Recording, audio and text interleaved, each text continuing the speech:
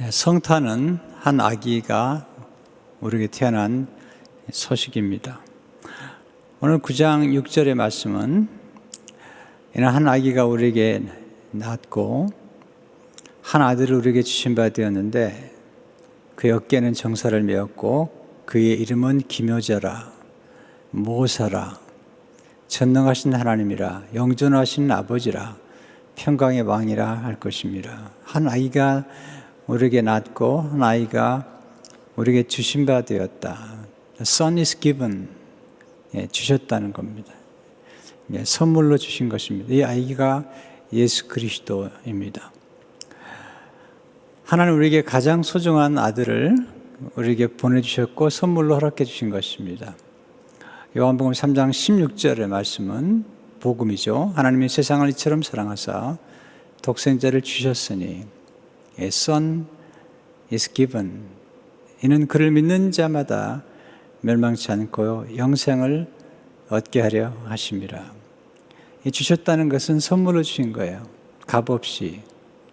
근데 이 독생하신 예수 그리스도를 통해서 우리는 영생을 선물로 받은 것입니다. 성탄은 선물의 계절이에요. 하나님이 독생하신 아들을 우리에게 선물로 주셨고 또 우리에게 선물을 받아 누리는 그런 나누는 계절입니다. 선물은 소중합니다. 어떤 선물도 소중하지 않은 선물은 없습니다. 왜냐하면 그 선물 속에는 선물을 준비한 분의 깊은 사랑과 때로는 고뇌가 담겨 있어요. 그 정성이 담겨 있는 거죠. 선물은 사소한 선물은 없습니다. 모든 선물은 가치 있고 고귀한 것입니다. 자, 그럼에도 불구하고 우리 생각 가운데 우리를 영원히 복되게 하는 선물이 있는데 그 선물은 예수 그리스도이십니다. 자, 우리는 선물을 받은 우리의 가장 중요한 책임은 뭐냐면 우리가 받은 선물의 가치를 아는 것입니다. 선물 속에 무엇이 담겨 있는가를 아는 것입니다. 선물을 받았다고 선물을 아는 게 아니잖아요. 우리가 컴퓨터를 구입했다고 컴퓨터의 모든 기능을 아는 것이 아니잖아요. 하나님께서 우리에게 선물을 주셨어요. 예수 그리스도. 우리가 해야 될 가장 중요한 것은 우리가 받은 선물이신 예수님이 어떤 분인가를 아는 것입니다. 자, 선물을 받은 사람이 또 선물과 함께 중요하게 생각해야 될 것이 있습니다. 그것은 선물을 주신 분을 아는 것입니다. 선물보다 중요한 것은 선물을 주신 분입니다.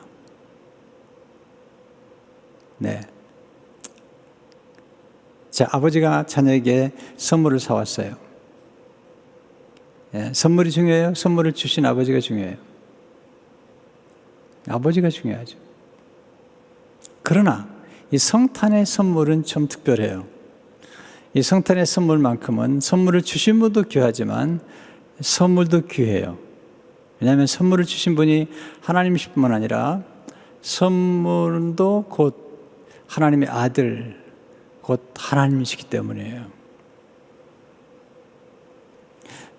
선물을 받은 사람은 제일 중요한 것 중에 하나가 뭐냐면 선물을 알 뿐만 아니라 선물을 주신 분을 알 뿐만 아니라 선물에 대한 반응이 중요해요.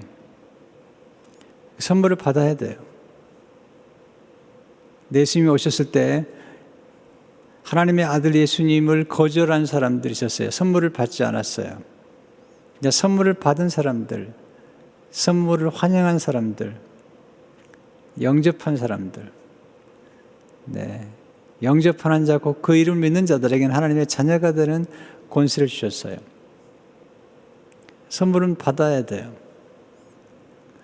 근데 선물을 거절하면 선물을 아무리 주고 싶어도 줄 수가 없어요.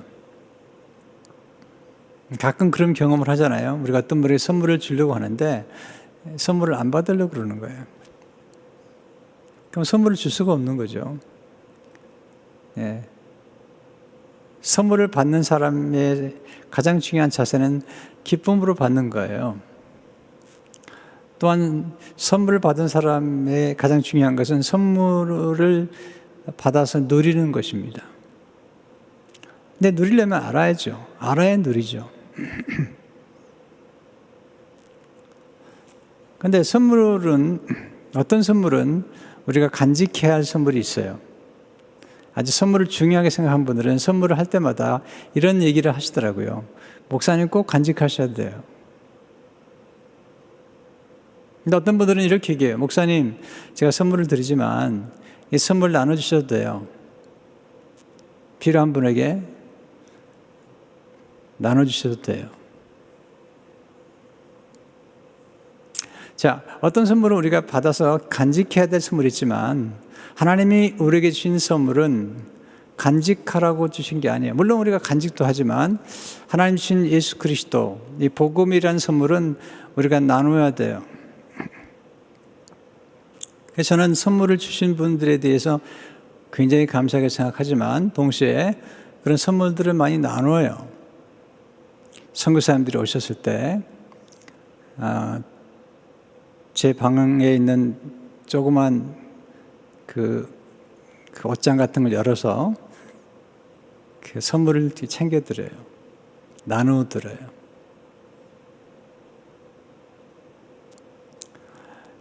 네, 어떤 선물은 간직할 수밖에 없지만 어떤 선물은 나누어드려요. 특별히 복음이라는 선물은 우리가 나눠야 될 선물이죠.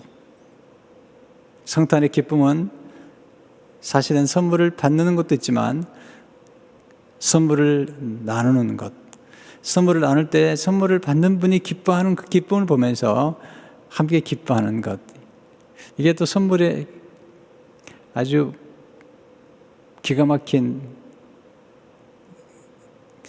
기쁨이 아니겠어요?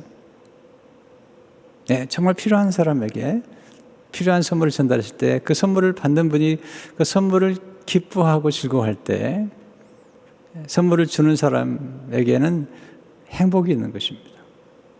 하나님도 마찬가지로 하나님께서 우리에게 예수 그리스도라는 선물을 주셨는데 그 선물을 받은 우리가 기뻐하고 즐거워할 때 하나님이 정말 좋아하시잖아요. 오늘은 한 아기가 태어난 성탄 주일이죠. 이 아기 속에 비밀이 담겨 있어요. 첫 번째 비밀은 뭘까요?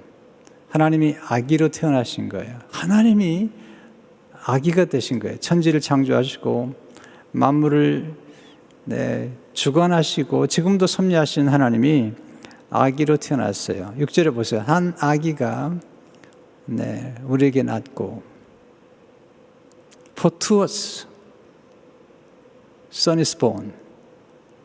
우리에게 한 아이가 낳고 한 아들을 우리에게 주신 바 되었습니다. Son is given. 우리에게 주신 바 되었어요. 그 어깨는 정사를 메웠어요. 이 정사에 대해서는 뒤에 설명해 드리겠습니다. 성경은 이 한 아기에게 초점을 맞추고 있죠.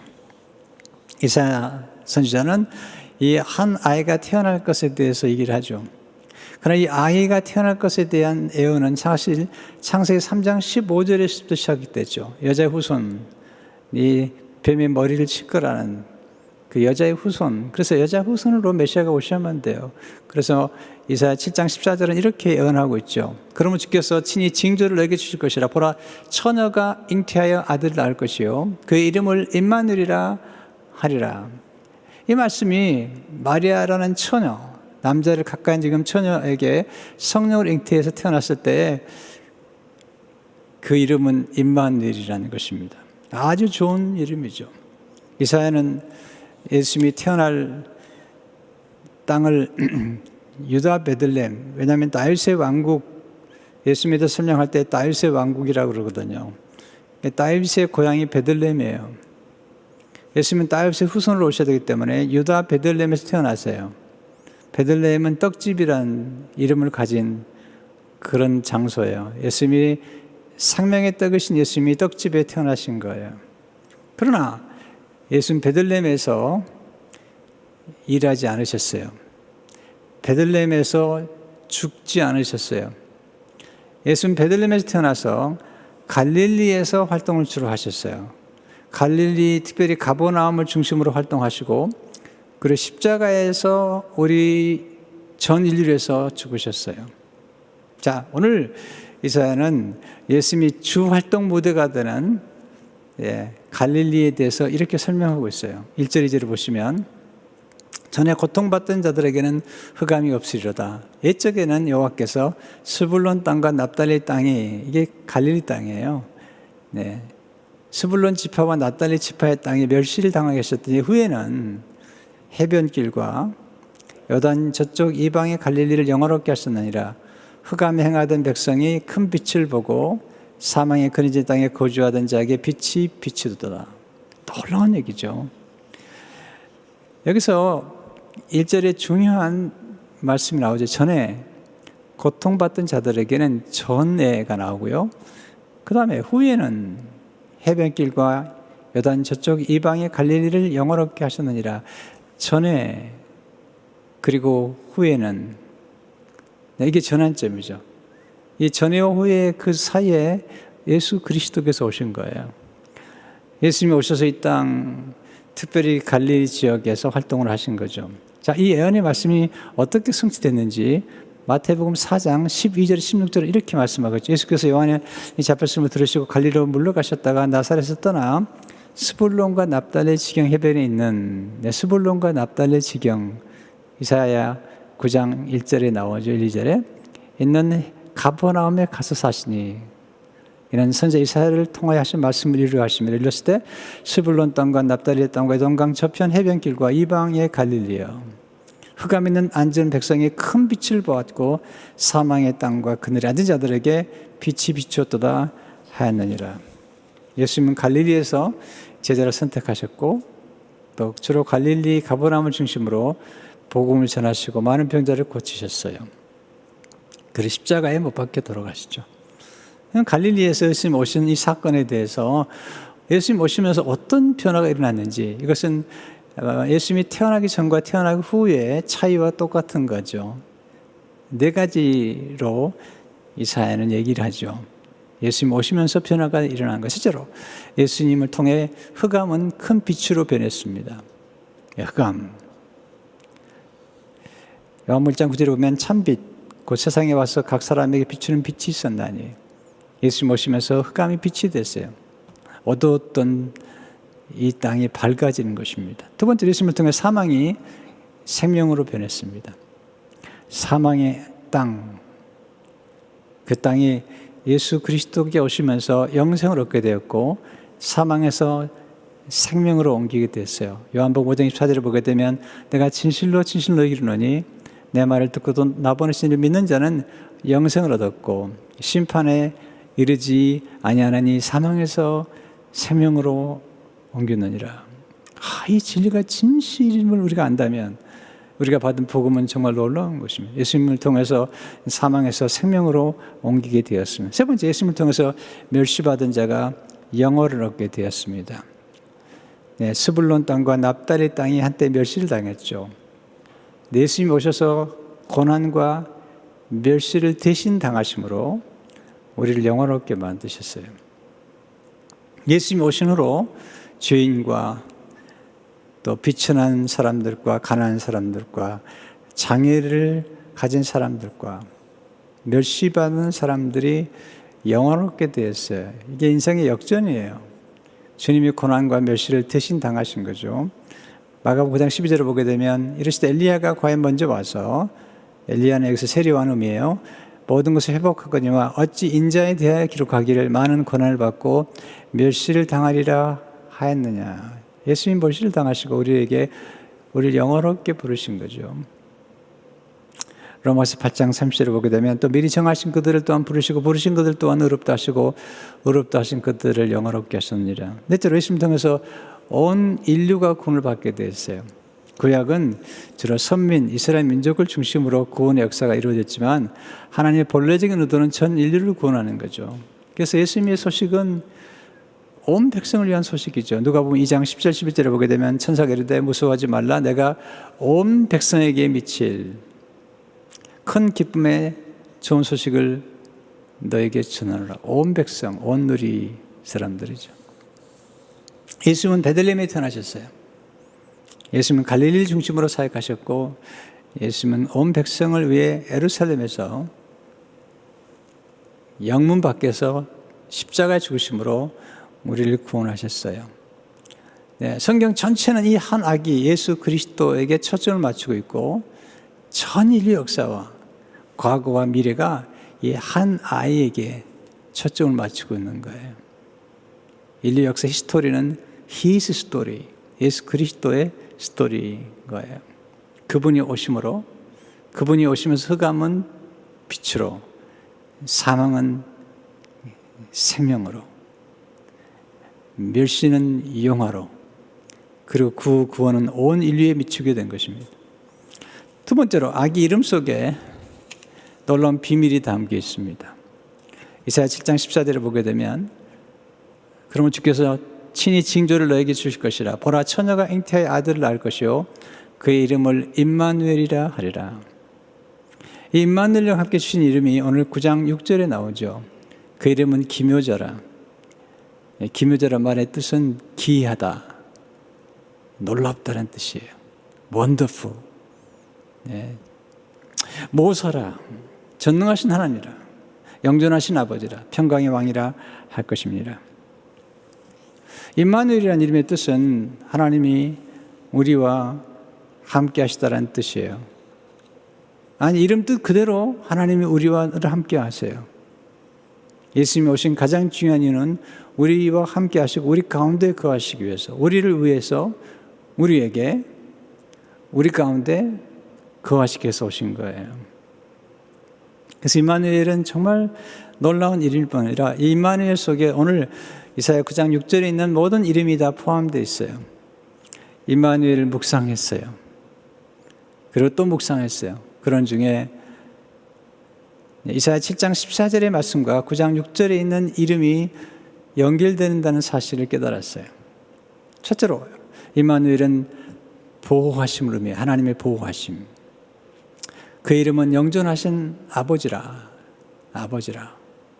예수님은 하나님의 아들이죠. 예수님은 하나님 아버지가 아니세요. 여기서 말하는 아버지의 뜻은 뭘까요? 그 당시에 왕들을 백성의 아버지라고 이렇게 했어요. 왕들은 백성의 아버지는 뭐냐면 왕들이, 곧 왕이 백성을 보호한다는 뜻이에요. 아버지는 보호하는 사람이에요. 함께함으로 보호하는 거죠. 아버지가 함께하면 든든하잖아요. 두려움이 없어지잖아요. 하나님의 임재가 경험하는 것은 바로 함께 하시는 거예요. 함께하면 모든 두려움이 사라지죠.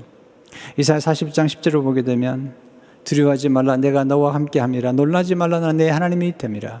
내가 너를 굳세게 하리라. 참으로 너를 도와주리라. 참으로 나의 의로운 오른손으로 너를 붙들리라. 이 보호하심은 공급하심을 의미해요. 우리가 필요할 때마다 우리의 필요를 채워주시는 하나님, 임마누엘 하나님, 그분이 함께 하시면 두려움이 사라지죠. 문제가 해결되죠. 임재 하나로 끝나는 거죠. 제가 며칠 전에 설교하다가 말씀드렸잖아요. 제가 어릴 적에 5살 이전의 사건들은 거의 기억을 잘 못하는데 제가 5살 이전에 기억을 몇 개 기억한 게 있어요. 그 중에 하나가 뭐냐면 제가 밖에서 놀다가 길을 잃어버렸어요. 어린 나이라 스스로 집을 찾을 수가 없는 거예요. 얼마나 어린 나이에 두려웠겠습니까? 얼마나 당황했겠습니까? 얼마나 무서웠겠습니까? 많이 울었죠. 근데 저보다 더 힘들었던 분이 어머니시더라고요. 아들이 사라진 걸 아시고 어머니가 미친 여인처럼 제 이름을 부르면서 찾아다니신 거예요. 미친 여인처럼 찾아다니신 거예요. 동네방네를 다 찾아다니는데 보이잖아요. 한 사람이 얘기했어요. 한번 파출소에 가보세요. 가끔 아이들이 길을 잃으면 파출소에다 데려놓는데 한번 가보세요. 파출소에 갔더니 제가 있었던 거죠. 어머니를 보는 순간, 어머니의 품에 안기는 순간, 어머니의 임재를 경험하는 순간 모든 두려움이 사라졌어요. 어머니의 임재 하나로 모든 게 해결이 됐어요. 저는 어머니 생각할 때마다 늘 감사해요. 왜냐하면 우리 어머니는 바느질이 했지만 참 이상해요. 바느질이 했지만 어머니는 문제 해결자였어요. 어떤 문제든지 어머니한테 얘기하면 어머니가 해결해 주셨어요. 그래서 늘 든든했어요. 어머니의 임재가 든든하고 어머니가 함께 한다는 게 든든하고 또 어떤 문제가 생기든 간에 어머니에게 얘기하면 어머니는 반드시 아들의 문제를 해결해 주셨어요. 네, 어머니는 어떤 면에서 임마누엘의 모습을 보여준 분이에요. 어찌 제 어머니만 그러겠습니까? 두 번째, 임마누엘은 승리를 의미하죠. 승리. 함께하면 승리하게 돼. 그 이름은 전능하신 하나님이라. 인생은 싸움터인데 전능하신 하나님이 함께 하시면 넉넉히 이길 수 있잖아요. 여호수아 1장 9절에 보면 내가 내게 명령한 것이 아니냐. 강하고 담대하라. 두려워하지 말라.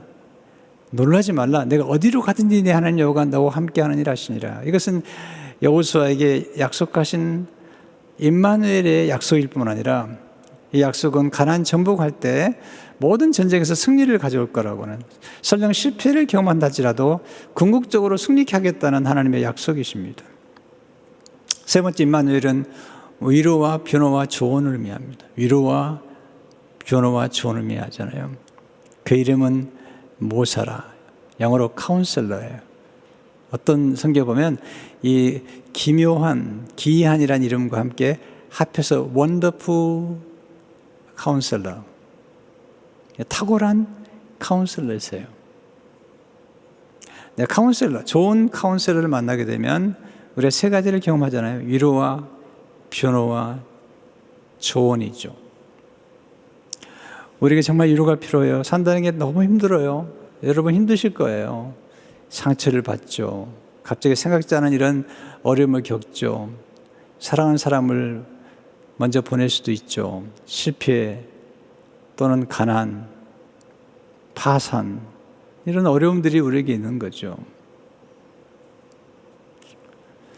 또 직장 생활이 얼마나 힘들어요. 저는 직장 생활하는 분들을 보면 참 마음이 안 됐어요. 보통 어려운 게 아니거든요. 상사와의 관계, 동료와의 관계, 정말 전쟁터 같아요. 직장 가고 싶지 않을 때가 남편들이 많아요. 근데 왜 가죠? 가족을 위해서 가는 거죠. 근데 힘들어도 아내의 위로가 있으면 이겨내요. 인생이 보니까요, 힘이 드는데 힘이 드는 게 문제가 아니라 위로가 없는 게 힘이 들어요. 위로 한마디, 얼마나 힘들어? 우리 때문에 참 고생이 많네. 위로 한마디가 남편을 하여금 다시 직장이라는 전쟁터로, 정말 보기 싫은 사람들을 또 봐야 되는 사람, 그런 전쟁터로 들어가는 거죠. 요즘 아내들도 직장생활 하잖아요. 아내도 힘들어요. 직장생활 하는 분들, 내조해야죠. 아이들 키워야죠. 얼마나 힘들어요. 그리고 직장까지 가는 분들 있잖아요. 집에 와서 또 밥하고 빨래하고. 근데 위로 한마디 남편이, 여보 참 고마워. 많이 힘들지. 이 한마디 위로가 그렇게 위로가 되는 거예요. 힘든 게 아니에요. 위로가 없기 때문에 힘이 드는 거예요.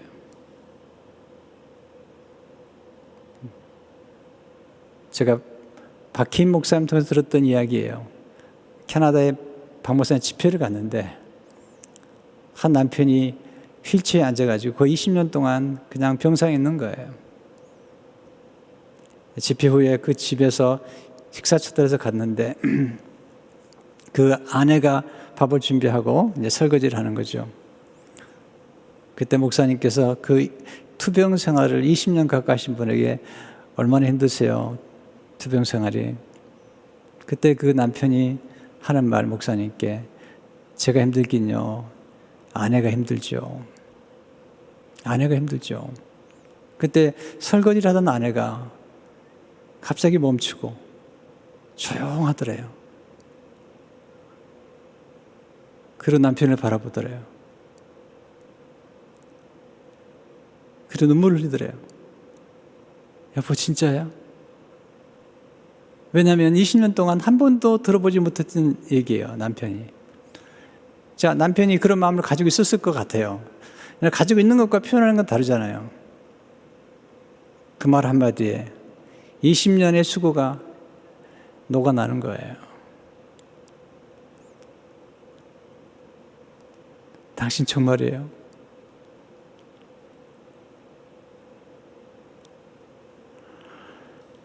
우리에게는 위로가 필요해요. 하나님이 우리 위로자가 되세요. 이사야 60장 12절 보면 13절 보면 어머니가 자식을 위로함 같이 내가 너를 위로할 것인즉 너희가 예루살렘에서 위로를 받으리니. 고난 중에 있는 환난 중인 사람들 위로하시잖아요. 고린도서 1장 4절을 보면 우리의 모든 환난 중에서 우리를 위로하사 우리로 하여금 하나님께 받는 위로로서 모든 환난 중에 있는 자들을 능히 위로하게 하시는 이시로다. 위로, 얼마나 좋은 단어입니까? 하나님은 위로자가 되세요. 예수님이 위로하기 위해서 오신 거예요. 또한 우리를 변호해 주시기 위해서, 우리의 연약함을 변호해 주시기 위해서 우리가 죄인됨을 고소하는 사탄을 향해서 그를 책망하고 하나님 옆에 가서 연약할 수밖에 없는 인간의 모습, 그리고 대신 죄의 짐을 담당해 주시면서 변호해 주시는 분이 예수님이세요. 그리고 조언해 주잖아요. 우리는 다 조언이 필요하잖아요. 지혜가 필요하잖아요. 우리가 이 어린 아기 예수에게 가면 이 예수님 안에 모든 지식과 지혜, 보호가 담겨 있는 거예요. 예수님께 가서 예수님의 말씀 속에서 조언을 구하세요. 제가 오늘 아침에 묵상하면서 다시 한번 묵상하면서 제가 예수 그리스도를 만난 후로 지금까지 내가 예수님을 통해서 받았던 좋은 지혜와 조언들을 생각해 보니까 너무 많은 거예요. 너무 많은 거예요. 예를 들어서 먼저 구할 것, 우선순위에 대해서. 또 남에게 대접을 받고자 하는 대로 먼저 남을 대접하라는 거예요. 저는 이 말씀이 황금률이라고 그러잖아요. 골든룰이라고 그러는데 제가 목회하면서 늘 생각을 해요. 제 자신보다 성도들, 우리 장로님들, 권사님들, 집사님들, 또 목회하면서 우리 동역하는 우리 부목사님들, 전사님들을 먼저 생각하고 어떻게 섬겨드리면 좋을까. 근데 놀라운 사실은 이렇게 제가 마음 먹고 존중을 심으면 존중이 내게 돌아와요. 부메랑처럼. 사랑하시면 사랑이 돌아오고.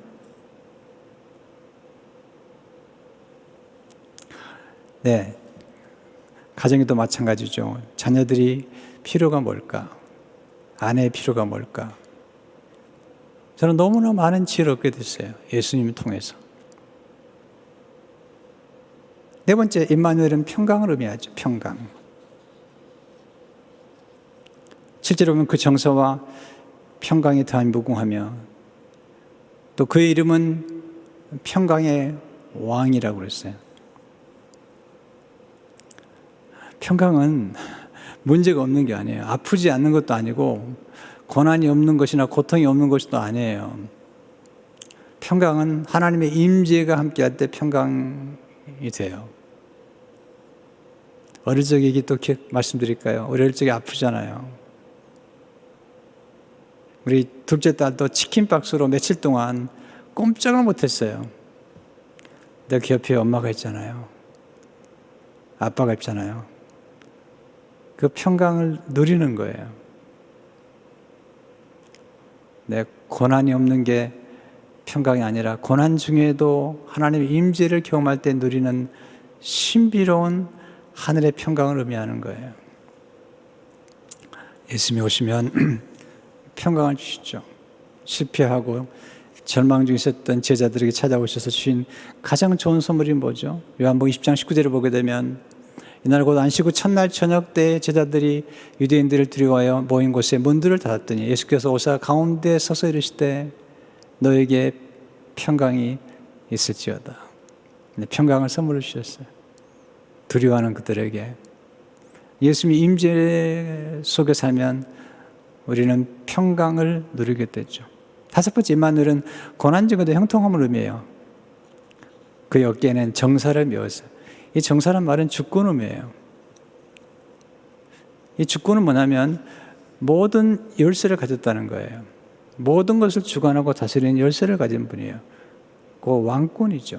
주권이죠. 7절에 보시면 그 정사와 평강에 더한 무궁함으로 다윗의 왕자와 그의 나라에 군림하여 그 나라를 굳게 세우고 지금 이후로 영원히 정의와 공의로 그것을 보존하실 것이라. 만군의 여호와 열심히 이를 이루시리라. 네, 주권을 가진 분은 열쇠를 가졌다는 거죠. 크게 하심과 그리고 강하게 하심도 다 주권에 속한 거예요. 누가 주권을 가진 자죠? 열쇠를 가진 분이 열쇠. 사망과 생명의 열쇠, 모든 하나님의 나라의 보고를 열 수 있는 열쇠. 이사야 22장 22절에 보면 내가 또 다윗의 집의 열쇠를 그의 어깨에 두리니. 네, 예수님이에요. 그가 열면 닫을 자가 없겠고 닫으면 열 자가 없으리라. 요한계시록 37절에 보면 빌라델비아 교회 사자에게 편지하라. 거룩하고 진실하사 다윗의 열쇠를 가지신 이 곳, 열면 닫을 사람이 없고 닫으면 열 사람이 없는 그가 이르시되. 네, 열쇠를 가진 분이에요. 여러분, 누가 가장 큰 권세를 가졌죠? 네, 바로가 요셉에게 얘기하잖아요. 나는 이름뿐이다. 네, 내가 권세를 가진 거다. 왜? 요셉이 애굽의 모든 창고의 열쇠를 가졌기 때문이에요. 보네프가 순교의 길을 가기 직전에 그가 대림전 설교를 하는 중에 했던 설교 조금만 소개해 드릴게요. 열쇠꾸러미를 가진 자가 그 집을 관리하는 집안의 우두머림을 나타냅니다. 이것은 그에게 문을 열고 닫음, 그래서 사람들을 나가게 하고 들어오게 할 권위가 있음을 보여줍니다.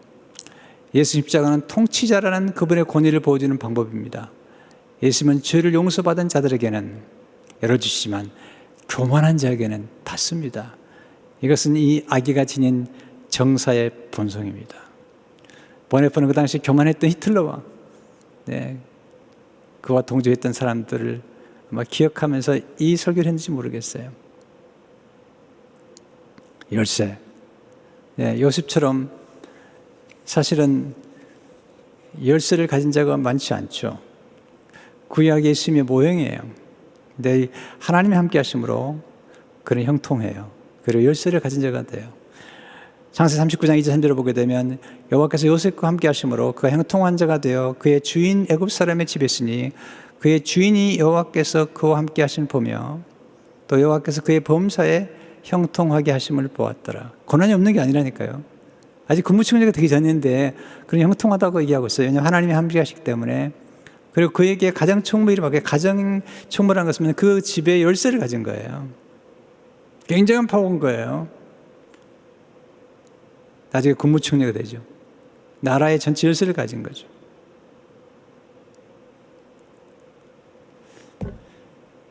제가 예전에 섬기던 교회에 처음으로 청빙을 받아 부임을 했던 첫날, 제 아내와 제가 이제 취임식을 하는데 그때 교회에서 이렇게 심볼릭한 선물을 주셨어요. 그건 열쇠. 금으로 된 건 아니고요. 그냥 심볼릭한 선물이죠. 왜냐하면 이제 교회 열쇠를 주겠다는 거잖아요. 제가 담임 목회자로서 이렇게 살아가면서 이렇게 주어진 책임과 또 하나의 특권이 있다면 마스터 키를 제게 준 거예요. 마스터 키를. 우리 교회 건물을 그리고 어디나 액세스할 수 있는 마스터 키를 제가 가지고 있어요. 물론 제가 이제 사역하는 동안만 맡기는 거지만, 그리고 이제 제가 교회를 떠나게 되면 다른 담임 목회자가 올 경우에 왔을 때 그 담임 목회자가 그 열쇠를 가지고 섬기는 거죠. 열쇠는 새들을 부르는 게 아니에요. 섬기고 요셉처럼 만민의 생명을 살리기 위해서 주신 열쇠죠. 예수님도 오셔서 그 열쇠를 가지신 분이 친히 고난을 받으신 거죠. 열쇠는 포음제라고 주는 게 아니에요. 그 열쇠를 통해서 만민의 생명을 구원하라고 주신 거죠. 그게 열쇠의 미닝이에요. 그게 권위의 진정한 의미는 책임과 섬김이 있는 거죠. 성경적 형통은 하나님이 함께 하시는 거죠. 그리고 고난 중에도 잘 되는 거예요. 또한 하나님의 사명을 완수하는 것. 이사야는 예수님이 형통할 거라고 그러잖아요. 이사야 52장 33절을 보게 되면 보라 내 종이 형통하리니 받들어 높이 들려서 지극히 존귀하게 되리라. 네, 십자가에 높이 들렸어요. 그리고 고난을 받으신 후에 지극히 존귀하게 됐어요. 임마누엘의 임재 속에 사는 것이 축복이죠. 주님께서 제자들과 약속하신 마지막 약속이 뭐죠? 마태복음 28장 20절을 보게 되면 볼지어다 내가 세상 끝날까지 너희와 항상 함께 있으리라 하시니라. 임마누엘의 약속을 주셨어요. 우리는 이 약속을 망각할 때가 많아요. 아니 어떤 분들은 하나님과 함께하는 게 두려워하는 분이 계세요. 두려워하지 마세요. 하나님은 우리의 잘못을 늘 지적하는 그런 참소자가 아니세요. 하나님은 우리의 모든 연약함을 다 아시는 분이세요. 여러분 엄마 아빠가 자녀와 함께할 때 왜 함께하죠? 자녀를 도와주고 싶어서, 문제를 해결해 주고 싶어서, 필요하면 먹여주고 입혀주고 공부도 시켜주고. 하나님의 임재가 그런 거예요. 하나님의 임재는 정말 좋은 거예요. 하나님의 임재만큼 좋은 축복이 없는 거예요. 그만큼 안전할 수 없는 거죠. 여호수아에게 내가 너와 함께하리라. 내가 반드시 이길 것이다. 내가 너와 함께하리라. 내가 너를 형통케 할 것이다. 이게 하나님의 놀라운 약속일 뿐 아니라 이 약속을 붙잡고 살아가는 거예요. 저도 목회하지만 이 하나님의 임재의 경험 때문에 목회하는 거예요. 말씀을 증거할 때마다 하나님의 임재를 경험하고 또 말씀을 듣는 분들이 하나님의 임재를 경험하는 거예요. 비록 지금은 줌으로 예배를 드릴 때도 있고 온라인 예배를 드리지만 신비롭게도 장소와 그런 모든 환경을 초월해서 하나님의 임재를 경험하고 치유를 경험하고 볼 때마다 임마누엘의 축복이 얼마나 좋은지 몰라요. 문제는 뭐냐면 이 하나님 임재 앞에서 있는 걸 망각하거나 또는 하나님 임재를 두려워하는 분이 계신데 그러지 마세요. 너무 좋은 거예요. 네. 그럼 어떻게 하나님 임재 속에 살 수 있는가? 임마누엘 일기라는 책을 쓴 짐 와일더 동력자들이 이렇게 얘기해요. 세 가지인데 간단하게 설명하겠어요. 구체적으로 우리가 하나님 임재 속에 살아갈 수 있는 방법. 첫째, 임마누엘의 시력을 키우라는 거죠. 하나님의 눈을 의식하라는 거예요. 하나님 나와 함께한다는 사실을 의식하라는 거죠. 짐 와일더가 이렇게 얘기하고 있습니다. 임마누엘의 시력이란 하나님이 우리와 늘 함께 하시며 우리를 위해 끊임없이 선을 행하고 계심을 인식하는 것이다. 기가 막히죠. 하나님 우리를 위해서 끊임없이 선을 행하시는 거예요. 하나님 임재 앞에서 때로 느끼지 못해도 함께 하신다는 진리는 사실이에요. 엄마가 안 보인다고 엄마가 없어요? 아이들에게 늘 함께 하잖아요. 똑같아요. 그 시력을 의식하는 것.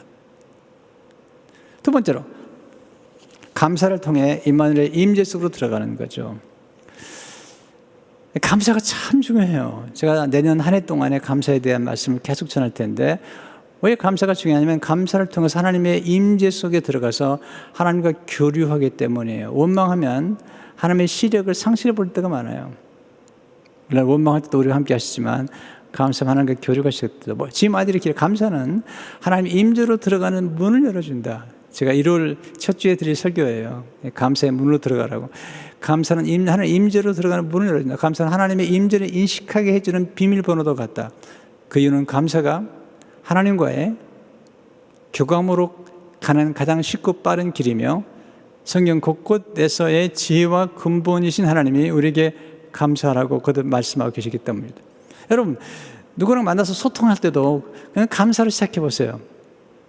그러면 교감이 시작돼요. 저는 아침에 일어나면 하나님께 감사드려요. 또 하는 게 있어요. 저의 하나의 리추얼이에요. 의식인데 아침에 일어나면 감사하고 그리고 언제나 거울을 보고 하나님의 앞에서 제가 하나님 앞에 최고의 선물을 드려요. 그 선물은 저의 미소예요. 밝게 웃어요. 아주 밝게 웃으면서 하나님 감사해요. 그리고 하나님 앞에 밝은 모습을 보여드려요. 여러분, 자녀들이 집에 왔을 때 밝은 모습을 하면 부모가 기쁘잖아요. 집에 들어갔을 때 아내가 밝은 모습을 하고 있으면 아내가 해가 되는 거죠. 집안에 해가 돼서 집이 밝아요. 남편이 집안에 문제가 없구나, 애들 잘 있구나 라고 느껴지는 것처럼, 또 남편이 밖에서 들어올 때 밝게 웃고 들어오면 우리 남편 괜찮구나, 네, 그런 것처럼 하나님 앞에서 밝게 미소를 보여드리면 하나님 너무 기뻐하시고 그렇게 하루를 시작해요. 네, 아침마다 그래요. 네. 제가 웃으니까 거울도 웃더라고요. 네. 하나님 앞에서 진정한 마음으로 미소를 선물해 드리는 거예요. 그리고 하루를 시작하는, 그게 저의 감사의 시작이에요. 셋째, 임마누엘 일기쓰기를 통해서 하나님과 생각의 교류를 하십시오. 생각 가운데는 육의 생각이고 영의 생각이 있잖아요. 로마서 8장 6절은 육신의 생각은 사망이요 영의 생각은 생명과 평안이니라. 일기쓰기 임마누엘을 읽으면 하면 하나님 임재 앞에서 일기를 쓰면서 하나님의 생각과 우리 생각을 교류하는 거예요. 그걸 꼭 임마누엘 일기쓰기라고 해도 좋고요. 또는 감사 노트라고 쓰기도 좋고요. 또 영성일기라고 해도 좋고요. 영혼의 일기라고 해도 다 괜찮아요. 하나님 임재 앞에서 우리의 생각과 하나님의 생각을 교류시키는 거예요.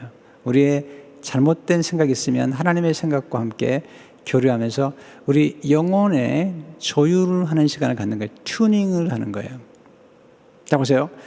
피아노나 또는 바이올린이나 첼로나 연주하기 전에 이렇게 튠하는 시간을 갖죠. 자, 조율을 한다는 것은 어떤 악기 소리를 낼 때 더 좋은 소리를 내기 위해서 조율하는 게 아니에요. 예, 있는 그대로 소리를 아름답게 내는 거예요. 그게 제일 좋은 거예요.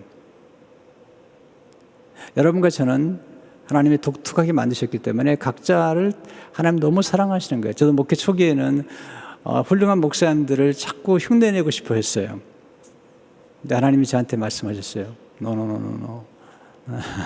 내가 원하는 것은 주민이 너야. 너의 목소리, 너의 성향, 너의 기질을 가지고 설교하는 걸 내가 원하는 거야. 너만의 목소리. 그게 하나님과 우리 생각을 튜닝하는 거예요. 여러분, 사진을 찍는 분들이 옛날 사진을 보면, 사진기 보면 이렇게 초점을 맞추잖아요. 이 초점을 맞춘다는 것은 더 잘 보이기 위한 걸까요? 있는 모습 그대로 보기 위한 걸까요? 있는 모습 그대로. 그게 중요한 거예요. 그처럼 우리가 하나님의 생각과 우리 생각을 조율하게 되면 놀라운 변화를 경험하게 되죠. 지마일드는 이렇게 말합니다. 하나님과 생각 맞추기는 고통 중에 힘들어하는 이들에게 마음을 가다듬을 수 있도록 도와주는 단계들을 제공함으로써 하나님의 인정, 공과 말씀을 받도록 도와준다. 하나님의 위로와 도움을 경험하면서 그분의 임재를 인식하게 되고 평강을 회복할 수 있게 된다. 제가 벌써 10년도 넘었지만 그때 엄청난 어려움을 겪었어요. 엄청난 공격을 받았어요. 네, 저를 미워하는 분들이 계셨어요. 저를 그렇게 싫어하는 분이 계셨어요. 저를 망가뜨리겠다고 하는 분들이 계셨어요. 그런데 왜 제가 무너지지 않고 여기까지 올 수 있었을까요? 그때 제가 하나님 앞에서 하나님과의 생각의 교류를 한 거예요. 보니까 요셉을 보니까 요셉을 미워했던 사람들, 요셉을 미워했던 형제들, 그를 괴롭혔던 보디발의 아내 때문에 요셉이 형통하다라는 거예요. 뿐만 아니라 그 기간이 꽤 길더라는 거죠. 또 다윗을 보니까 가까운 그의 장인이 괴롭히는 거야, 사울 왕이. 근데 빨리 문제를 풀어주지 않아 하나님께 서서히 풀어주는 거예요. 네, 그렇게 하나님의 생각을 교류하면서 저는 죽어가면서 조급하지 않았고, 그리고 아무도 미워할 필요가 없었어요. 왜냐하면 하나님이 저를 훈련시킨다는 사실을 알았기 때문에. 뿐만 아니라 빨리 문제가 해결될 거라고 생각하지 않았어요. 꽤 시간이 걸릴 거라는 생각 아래 서서히 하나님의 섭리 안에서 조용한 확신을 가지고 기다렸던 것이죠. 거기서 하나님 임재 아래서 제 삶을 지금 만들어 가시는 하나님의 솜씨, 손길을 기대하면서 어려움들을 잘 견뎌냈던 시간들이에요. 이게 하나님의 생각과의 교류라는 것입니다. 예수님 오셨어요. 우리 함께 하고 계세요. 지금은 그리스도 영이신 성령이 우리와 함께 하시고 또 우리가 하나님 임재 안에 살기를 원하세요. 하나님께 늘 아침에 인사하세요. Good morning, Holy Spirit, Jesus. 그렇게 해보세요. 그리고 힘들 때마다 조용히 앉아서 침묵기도, 호흡기도, 예수기도 드리세요. 예수님. 이름만 불러보세요. 예수님. 우리가 어릴 적에는 엄마 그렇게 했잖아요. 예수님. 그때 예수 임재를 경험하면서 우리 삶의 놀라운 변화를 경험하게 돼요. 그래서 흑암이 빛으로 바뀌어요. 그리고 사망 같은 우리 인생이 생명으로 바뀌기 시작해요. 우리의 멸시가 영광이 돼요. 그리고 하나님의 구원의 손길을 경험하는 거죠. 예수님이 오셔서 우리에게 주신 선물이에요. 그리고 하나님의 아들 예수님을 통해서 주신 선물이죠. 우리가 가진 이 선물을 이제 환영하고 받아 누릴 뿐만 아니라 그리고 나누는 거죠. 이게 전도예요. 우리가 정말로 이 선물의 소중함을 안다면 우리는 아직도 구원받지 못한 우리 가족들을 향해서 전도하지 않을 수 없어요. 이 선물이 정말이라는 사실을 안다면 이 선물을 받기만 하면 영생을 얻게 되고 모든 죄를 사함받고 완전히 사함받고 그리고 우리에게 영원한 천국에 들어간다는 사실, 정말 그 진리를 기억하고 생생하게 알 수만 있다면, 그렇게 믿는다면 어떻게 전도하지 않을 수 있겠어요? 어떻게 가까운 사람들에게 이 좋은 것을 나누지 않을 수 있겠어요? 우리 너무나 인식하지 않는 거죠. 너무나 당연하게 생각하고 있는 거죠. 우리가 받은 선물이 얼마나 존귀한 걸 안다면 우리는 전도하고 선교할 수밖에 없어요. 이 성탄의 계절에 선물을 나누는 이 계절에 가장 중요한 선물은 그리스도예요. 가장 중요한 구제는 그리스도를 나눠주는 것입니다. 이 귀중한 선물을 받은 우리가 이제 이 귀중한 선물을 나누는 우리 모두가 되기를 주님 이름으로 축원합니다. 기도하겠습니다. 하나님 아버지, 이 선물이 얼마나 소중한지 우리에게 주신 예수 그리스도 복음, 이 귀중한 선물을 우리만 누리지 않게 하시고 우리도 누릴 뿐만 아니라 이 선물을 나누어 주어 수많은 사람들이 주 앞에 구원에 이르도록 축복해 주옵소서. 예수 이름으로 기도하옵나이다. 아멘.